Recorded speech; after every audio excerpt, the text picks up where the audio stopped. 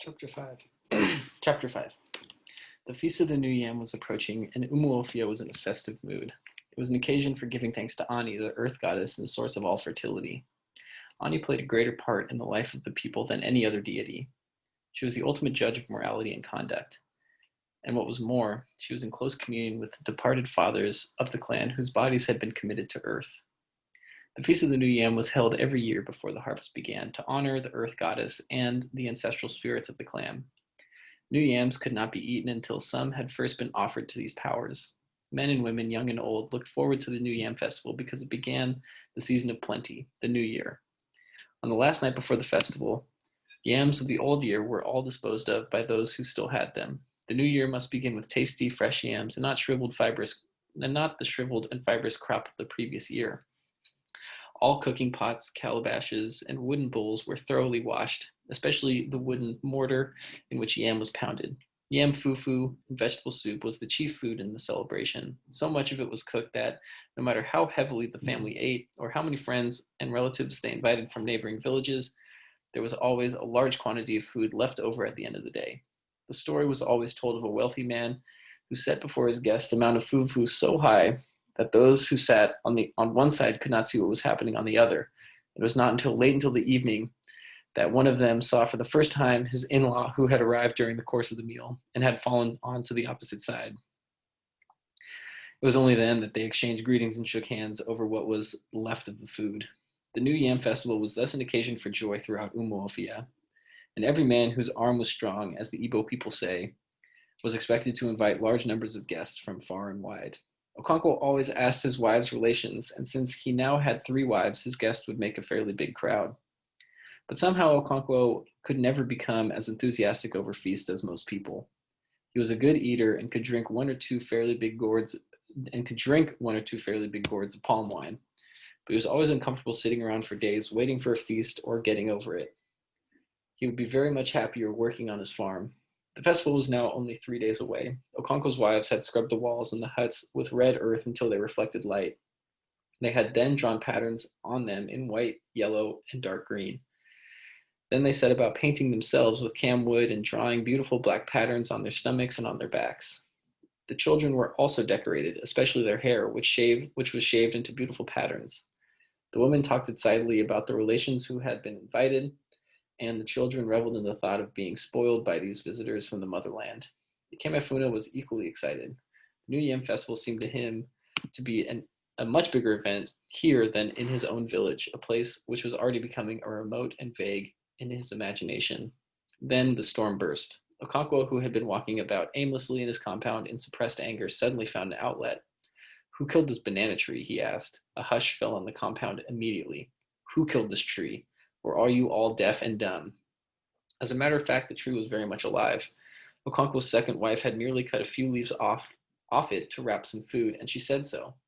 Without further argument, Okonkwo gave her a sound beating and left her and her only daughters weeping. Neither of the other wives dared to interfere beyond an occasional and tentative "It is enough, Okonkwo," pleaded from a reasonable distance. His anger thus satisfied, Okonkwo decided to go out hunting. He had an old rusty gun made by a clever blacksmith who had come to live in Umuofia long ago. But although Okonkwo was a great man whose prowess was universally acknowledged, he was not a hunter. In fact, he had not killed a rat with his gun. And so when he called Ikemefuna to fetch his gun, the wife who had just been beaten murmured something about guns that never shot. Unfortunately for her, Okonkwo heard it and ran madly into his room for the loaded gun, ran out again, and aimed at her as she clambered over the dwarf wall of the barn. He pressed the trigger, and there was a loud report accompanied by the wail of his wives and children. He threw down the gun and jumped into the barn, and there lay the woman, very much shaken and frightened, but quite unhurt. He heaved a heavy sigh and went away with the gun. In spite of this incident, the New Yam Festival was celebrated with great joy in Okonkwo's household. Early that morning, as he offered a sacrifice of new yam and palm oil to his ancestors, he asked them to protect him, his children, and their mothers in the new year. As the day wore on, his in-laws arrived from 3 surrounding villages, and each party brought with them a huge pot of palm wine. And there was eating and drinking till night, when Okonkwo's in-laws began to leave for their homes. The second day of the new year was the day of the great wrestling match between Okonkwo's village and their neighbors. It was difficult to say which the people enjoyed more, the feasting and fellowship of the first day or the wrestling contest of the second. But there was one woman who had no doubt whatever in her mind. She was Okonkwo's second wife, Ekwefi, whom he nearly shot. There was no festival in all the seasons of the year which gave her as much pleasure as the wrestling match. Many years ago, when she was the village beauty, Okonkwo had won her heart by throwing the cat in the greatest contest within living memory.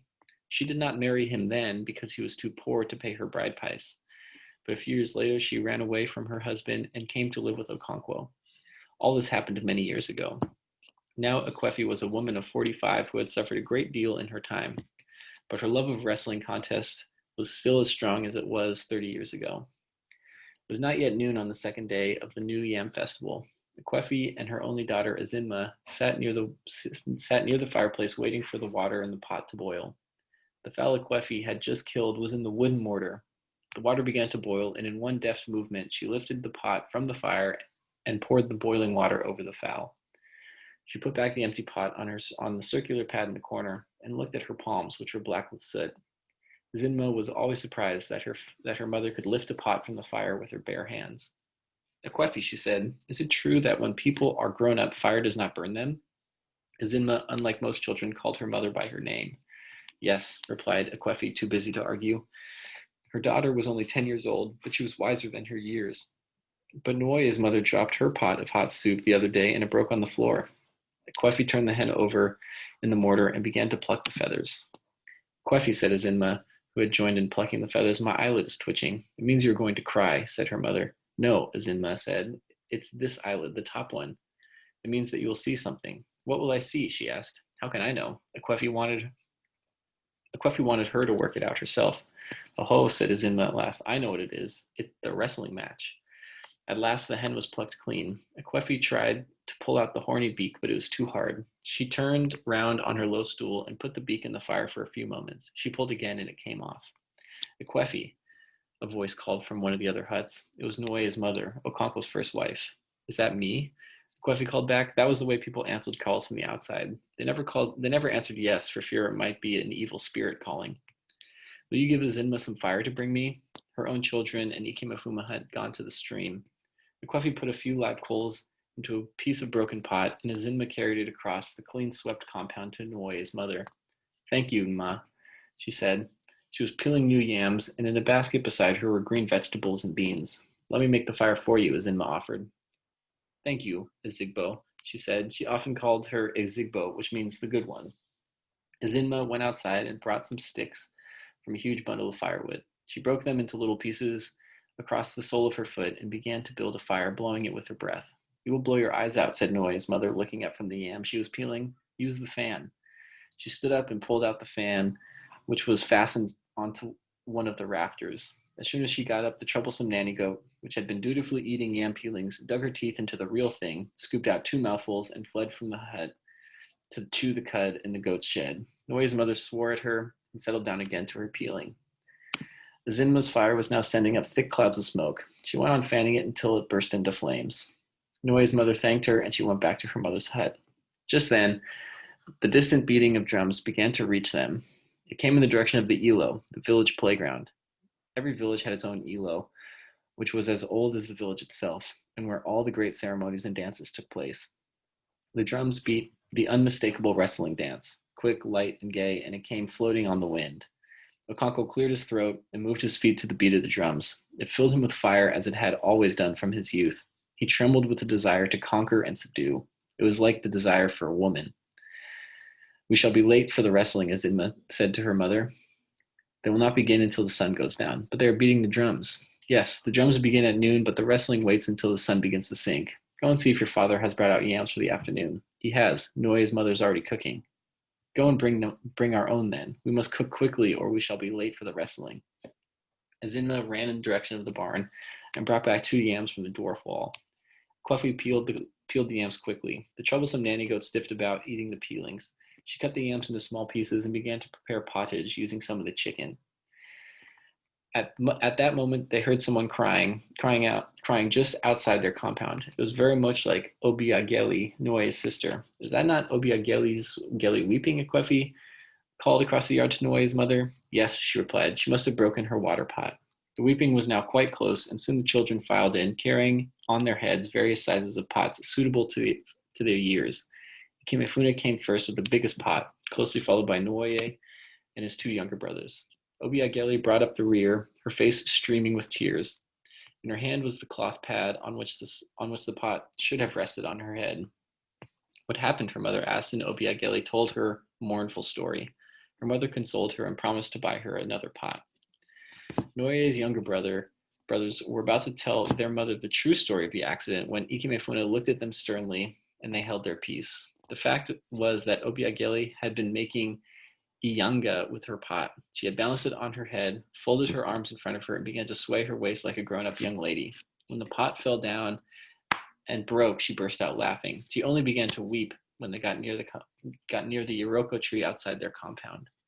The drums were still beating, persistent and unchanging. Their sound was no longer a separate thing from the living village. It was like a pulsation of its heart. It throbbed in the air, in the sunshine, and even in the trees. It filled the village with excitement. Ekwefi ladled her husband's share into the pottage, into a bowl, and covered it. Azinma took it to him in his obi. Okonkwo was sitting on a goatskin, already eating his wife's first meal. Obiageli, who had brought it from her mother's hut, sat on the floor waiting for him to finish. Azinma placed her mother's dish before him and sat with Obiageli. Sit like a woman, Okonkwo shouted at her. Azinma brought her two legs together and stretched them in front of her. Father, will you go see the wrestling? Azinma asked after a suitable interval. Yes, he answered. Will you go? Yes. And after a long pause, she said, Can I bring your chair for you? No, that is a boy's job. Okonkwo was especially fond of Azinma. She looked very much like her mother, who was once the village beauty. But his fondness only showed on very rare occasions. Obiageli broke her pot today, Azinma said. Yes, she has told me about it, Okonkwo said between mouthfuls. Father, said Obiageli, people should not talk when they are eating, or pepper may go down the wrong way. It is very true. Do you hear that, Azinma? You are older than Obiageli, but she has more sense. He uncovered his second wife's dish and began to eat from it. Obiageli took the first dish and returned to her mother's hut. Then Nkechi came in, bringing the third dish. Nkechi was the daughter of Okonkwo's third wife. In the distance, the